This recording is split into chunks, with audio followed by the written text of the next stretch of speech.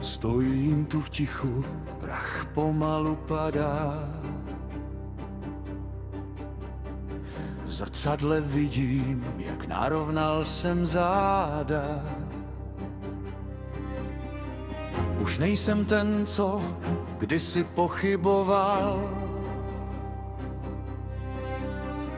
Každý ten trénink mě znovu vybudoval. Jizvy a mozoly, to je moje písmo. Vytesal jsem si v tomhle světě místo. Nebylo to lehké, nebylo to hned. V každém tom kousku železa byl celý svět. Z lavičky k činkám, z bolesti k noci, přes horké dny a probdělé noci. Surtrova výheň mi dala tuhle zbroj. Teď vím, že vyhrál jsem ten největší boj. Srdce bije jako kladivo okov. Už není místo pro tisíce slov.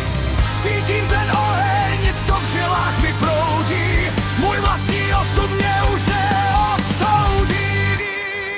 To je můj odkaz, to je moje síla. Vteřina za vteřinou to největší dílo. Napsáno potem, zoceleno v boji.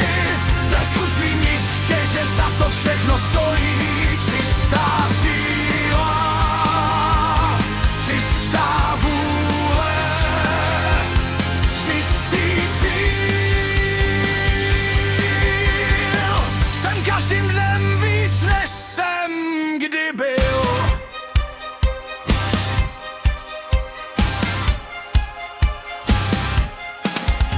Když jednou skončím a odložím boji, zanechám za sebou zářivou dráhu.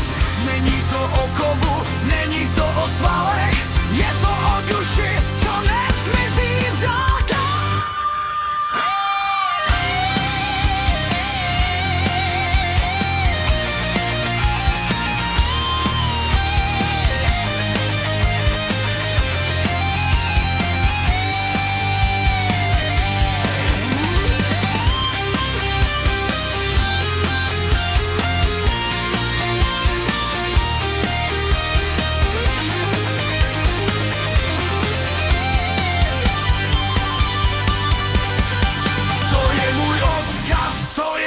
Síla, vteřina za vteřinou to největší dílo. Napsáno potem, zoceleno v boji.